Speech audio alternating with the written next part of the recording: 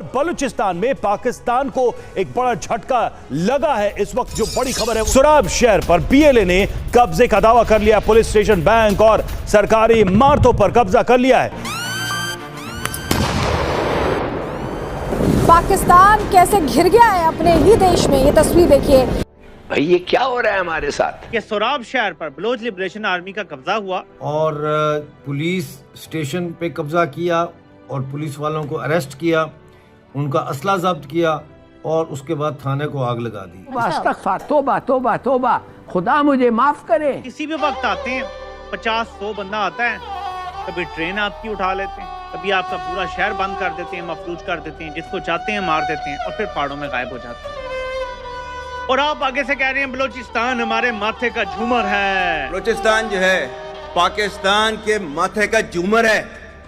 तुम 1500 बंदे कहोगे कि जी हम इसको ले जाएंगे, तुम्हारी अगली 10 नस्लें भी नहीं लेके जा सकती। हाय लड़ाई है कि बैंक से लेके तमाम सरकारी इमारतों पर पुलिस स्टेशन समेत दहशतगर्दों ने कब्जा कर लिया। माय गॉड,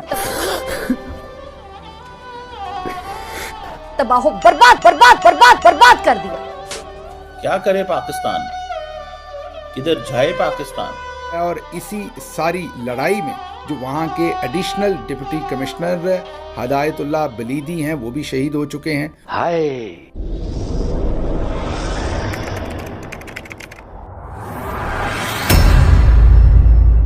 नमस्कार दोस्तों, स्वागत है आपका पाकिस्तान की बर्बादी में। जी हाँ, तो आज की बर्बादी कुछ इस तरह है कि भारत की तरफ से लॉन्च किए गए ऑपरेशन सिंदूर के बाद अब पाकिस्तान पर बीएलए ने ऑपरेशन कब्जा चालू कर दिया है, जिसे देख आज पूरा पाकिस्तान छाती पीट पीट कर रो रहा है। जी हाँ, तो खबर कुछ इस तरह है कि बीएलए यानी बलूच लिबरेशन आर्मी ने पाकिस्तान के कई शहरों पर कब्जा कर लिया है और साथ ही में बीएलए ने पाकिस्तान के कई पुलिस स्टेशन, बैंक और कई सरकारी इमारतों पर भी कब्जा कर लिया है। जी हाँ, और यह इस वक्त की सबसे बड़ी खबर है, क्योंकि पाकिस्तान भारत से लड़ने की बात कर रहा था, परंतु पाकिस्तान आज चारों तरफ से घिर चुका है और पिछले 76 सालों में पाकिस्तान अपने ही घर में बीएलए यानी बलूच लिबरेशन आर्मी से नहीं निपट सका और यह पाकिस्तान आज भारत से लड़ने की बात कर रहा है। जी हाँ, खैर दोस्तों, आपसे छोड़िए, हम पहले पाकिस्तानी मीडिया का रिएक्शन देखते हैं। कि सोराब शहर पर बलोच लिबरेशन आर्मी का कब्जा हुआ। लेवीज और पुलिस थानों, बैंक को दीगर सरकारी इमारतों का कंट्रोल संभालकर फोर्सेस का असला और गाड़ियां जब्त किए गए। आजादी पसंदों ने सरकारी इमारतों और गाड़ियों को नजरे आतिश कर दिया। असिस्टेंट डिप्टी कमिश्नर एडीसी हदायतुल्लाह हमलावरों के हाथों एक कमरे में बंद किए जाने के बाद दम घुटने से दम तोड़ गए। मेरे पास वीडियोस भी हैं, लेकिन मैं यहाँ दिखाना नहीं चाहता क्योंकि ऐसी चीज़ों को ग्लोरीफाई नहीं करना चाहिए। हम तो सिर्फ बता रहे हैं कि हालात खराब। बलोच लिबरेशन आर्मी के सैकड़ों जंगजुओं ने शहर का मुकम्मल कंट्रोल हासिल कर लिया। बीएलए कर्मचारियों ने लेवीज और पुलिस थानों समेत बैंकों और दीगर सरकारी इमारतों को कंट्रोल में ले लिया। फैक्ट कि वो किसी भी वक्त आते हैं, 50-100 बंदा आता है। कभी ट्रेन आपकी उठा लेते हैं, कभी आपका पूरा शहर बंद कर देते हैं, मफलूज कर देते हैं, जिसको चाहते हैं मार देते हैं और फिर पहाड़ों में गायब हो जाते हैं। और आप आगे से कह रहे हैं बलूचिस्तान हमारे माथे का झूमर है, और साथ कह रहे हैं वो आपका, मतलब अब मैं क्या कहूं उसको, वो कहता है जी कि ये एक ऐसा चौकी मार है। जब आपके मंसूबे सिर्फ अपने इक्तदार के होंगे ना, तो मुल्क सिर्फ तबाही की तरफ जाएगा। दूसरी तरफ हम जो कर रहे हैं वो आपके सामने है।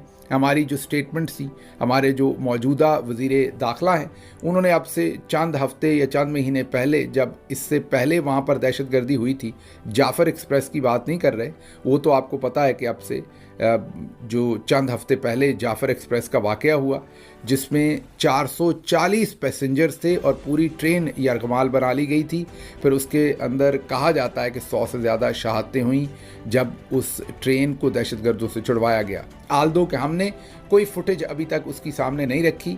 हाँ, बीएलए वालों ने उसकी प्लानिंग की और उस हमले की तमाम फुटेज जो है वो बाद में जारी की। वो एक दहशतगर्द तंजीम है, आप सबको पता है, और उन्होंने ज़ाहिर है खौफ व हरास फैलाने या अपना इम्पैक्ट क्रिएट करने के लिए ये सारी फुटेज जो है वो उन्होंने उस वक्त बनाई होगी। Mean well planned, well orchestrated उन्होंने ट्रेन को यरगमाल बनाया था। बदकिस्मती से हम उस वाक़े को इंटरनेशनल प्रेस के सामने इंटरनेशनल कम्युनिटी के सामने भी न रख सके।